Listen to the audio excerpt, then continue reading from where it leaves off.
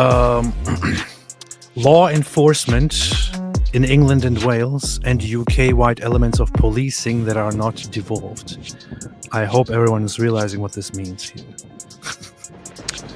Law enforcement is now under the control of a Muslim woman who, according to her own prophet, has half the brain of a man.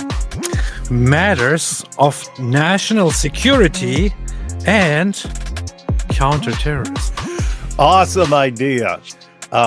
Look at all the terrorists on the terrorist watch list and what religion they have, and ask yourself, is it a really, really good idea to put a Muslim in charge of all this? Great Britain says yes. Politics in the UK just got interesting. Imagine putting someone whose faith shapes everything they do in charge of national security. Sounds like a Netflix drama, right? Nope, it's real life. And David Wood and Apostate Prophet have a lot to say about it. So, Tommy Robinson, I could look at articles, and I'm going to do that too, but so Tommy Robinson posted, Shabana Mahmood, who swore her oath of parliamentary office on the Quran, is to be Starmer's new Home Secretary. She will now be in charge of immigration at the borders. Here she is saying Islam to her is more important than anything. Labor need removed. Actually, sorry, I read this the wrong way. Shabana Mahmood, who swore her oath of Parliament office on the Quran, is to be Starmer's new Home Secretary. She will now be in charge of immigration at the borders. Here she's saying Islam to her is more important than anything. Labor need removed. Was it good? I need to work on this one. Yeah, you definitely need to work on your Tommy impression. itself, Islam, my own religion, like a lot of practicing Muslims, my faith is the most important thing in my life. It is the absolute driver of everything that I do. I feel a very strong calling of my own conscience, and my conscience calls me to God. That is how. So her faith is her Islam is the most important thing to her. That's interesting. So she swore in on a book that calls Jews and Christians the worst of creatures, that calls for the violent subjugation of Jews and Christians, that says don't be friends with Jews and Christians, although you have in 328, unless it's to guard yourselves against them. And you can read the Ibn Kathir's commentary on that. That's when you smile in their faces but curse them in your hearts, and so on. Interesting stuff. Interesting book to swear on. She is a devout Muslim. And as a devout Muslim, David, do you think she's aware of certain things, such as that the Quran says that the disbelievers, the non-Muslims, are the worst of creatures, lower than cattle, lower than cockroaches? You just don't know, because there's so much ignorance among Muslims about what their own books teach, that, I mean, you'd be shocked. You can just bring up everything the Quran says. You could bring up 100 verses to a random Muslim, and they will have never heard any of these verses. And so it's a weird situation where if she knows what the Quran teaches, then this is exactly what she's going to be doing, right? Because you pretend to be friendly while you plot the destruction of the kuffar. But she could also genuinely believe, hey, we're all going to get along, and Islam is great, and Islam is wonderful, and everything's just going to be wonderful here. You can't tell, because they're going to say the exact same thing. In other words, if she is plotting to subjugate, if she is part of the plot to subjugate the UK, she's going to be saying exactly what she says in whatever video she's in. If she is entirely peaceful, she's going to be saying the same thing. That's why you can't tell. Just have to see. But here's the thing. It's kind of irrelevant either way, because if you actually have good intentions, as the percentages increase, you either get on board with the plan, with the plot to take over, or you become a target yourself. That's how it works. So here is the problem. Having a devout Muslim who says that her religion is the most important thing to her is worse, no matter where you stand. no matter if you think, oh, somebody who has faith is better than somebody who doesn't faith. I'm sorry to say, having somebody like that in charge of a multicultural country, or of your country, most importantly, is significantly worse than having a full-on atheist, than having a full-on Christian, than having a full-on Jewish person, than having a full-on Hindu person or a Buddhist person or whatever it is in charge. Because an atheist person does not normatively believe that non-atheists are the worst of creatures. A Christian person does not believe that non-Christians are the worst creatures. A Jewish person does not believe by doctrine, by text, that non-Jews are the worst creatures. A Hindu person does not believe that non-Hindus are the worst creatures. A Buddhist person does not believe that non-Buddhists are the worst creatures. I mean, you could say some of these religions might have, certain things that I find wicked, that I might find immoral, and so on, or atheism is morally corrupt, and so on. Okay, fine, you can say whatever you want, but there is a fact: none of these worldviews normatively views the other as the worst creatures and openly and directly insults and dehumanizes them. Islam does. Islam alone does. Islam actively does vilify and dehumanize them. So until here, it speaks of those who disbelieve not being upon the truth and those who believe being the pure good ones. And then comes the line. Indeed, they who disbelieved among the people of the scripture and the polytheists, so basically everyone who disbelieves in Islam, will be in the fire of hell, abiding there eternally. Those are the worst of creatures. The worst of creatures. The Quran itself teaches that non-Muslims, people who reject Islam, whether they are Jews, Christians, polytheists, or others, are the worst of creatures. Worst of creatures, worse than cattle, worse than cockroaches, the worst of creatures. This is not a religion that is simply a good faith, that is simply a good religion. It is not something where you think, oh, this person just has a very strong belief in God, and how adorable, how wonderful, must be a good person, therefore. No, this is a religion that explicitly and openly vilifies and dehumanizes and describes other people as the worst of creatures. This is what this religion is. And people don't understand like how this influences the thinking.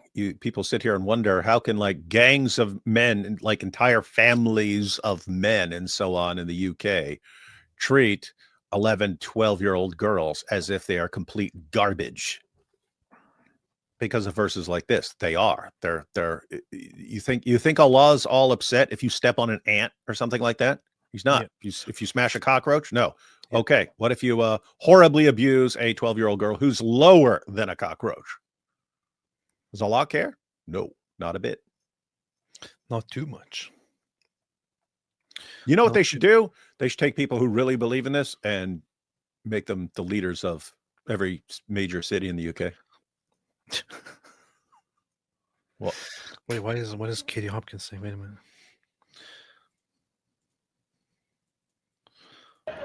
I'm just about to go on stage here. We are Katie Hopkins? in the West End. Apparently it is. I've heard the name before. I have no clue who she is. So happy Shabana Mahmood is Home Secretary. Oh, awesome. And Katie Hopkins in the heart of the West End. Cal's on stage as we speak.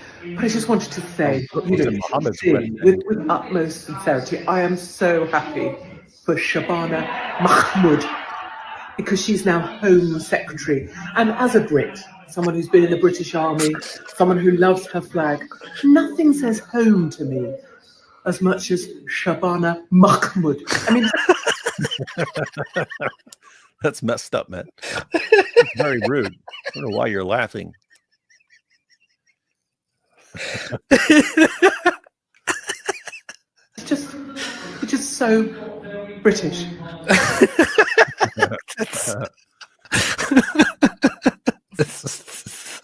That's very rude. Very, very rude. Very rude. Very rude. So, but hey, none of this has to be bad. Maybe she's a very, very fantastic British person who just wants to take care of security.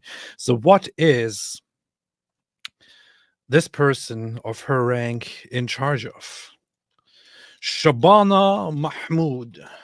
Shabana Mahmood, Secretary of State for the Home Department. That is what it is. This is now her official title, Secretary of State for the Home Department. And what is a Secretary of State for the Home Department in charge Good question. What is she in charge of? What will she now be in charge of? This is a very, very good question. Maybe she won't be in charge of anything. Oh, no.